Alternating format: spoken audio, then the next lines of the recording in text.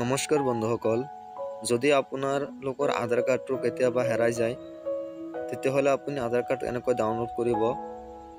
চাও হওক এইটো ভিডিঅ'ত। প্ৰথমে আপুনি আপোনাৰ মোবাইলৰ যিকোনো এটা ব্ৰাউজাৰ উলিয়াই ল'ব। উলিয়াই লোৱাৰ পিছত আপুনি ব্ৰাউজাৰত সাৰ্চ কৰিব UIDAI উদয় বুলি সাৰ্চ কৰাৰ লগে লগে আপোনাৰ প্ৰথমে UIDAI.gov.in সাইটটো খোল খাব। তাৰপিছত আপুনি ইয়াত ক্লিক কৰিব। ক্লিক কৰাৰ লগে লগে আপোনাৰ ল্যাঙ্গুৱেজটো সিলেক্ট কৰিব আহিব। ইংলিছ বুলি সিলেক্ট কৰি ল'ব।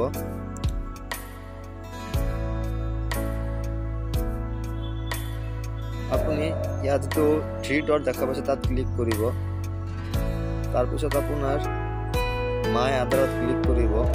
মাই আধাৰত ক্লিক কৰাৰ লগে আপুনি আধাৰ সাৰ্ভিস যেটো আধাৰ সাৰ্ভিস দিয়া আছে 4 নম্বৰত তাত ক্লিক কৰিব।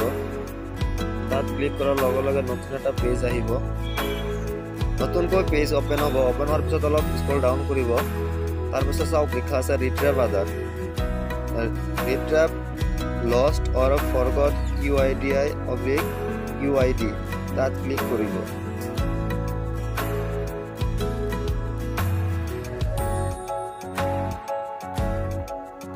নতুন এটা পেজ আহিছে। ইয়াত লিখা সিলেক্ট 12 ডিজিট আধাৰ নাম্বাৰ /28 ডিজিট এনৰোলমেন্ট ID। আপুনি আধাৰ নাম্বাৰত ক্লিক কৰিব। প্ৰথমে আপুনি নাম, তাৰপিছত আধাৰ কাৰ্ডত যেটো ফোন নম্বৰ দিয়া আছে সেইটো ফোন নম্বৰ দিব, তাৰপিছত ক্যাপচাটো দিব, তাৰপিছত সেন্ড OTP কৰি দিব। OTP আপোনাৰ মোবাইলত অহাৰ লগে লগে ইয়াত আপুনি OTP এন্টাৰ কৰিব। OTP আপোনাৰ কপি পেস্ট কৰি দিয়াৰ পিছত সাবমিট কৰি দিব। সাবমিট কৰাৰ লগে লগে চাওক ইয়াত লিখা আছে your Aadhaar number 9624 is sent to your registered mobile number। আপোনাৰ যেটো ৰেজিষ্টাৰ ফোন নম্বৰ আছে তাত আপোনাৰ আধাৰ কাৰ্ড নাম্বাৰটো পঠিয়াই দিয়া হৈছে বুলি ইয়াত কোৱা হৈছে।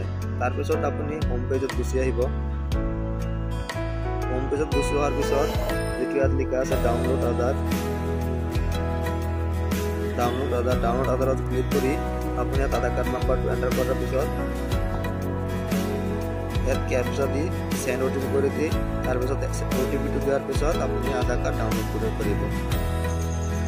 যদি আপুনি এই পেজটো নতুন পেজটো ফলো কৰি দিব।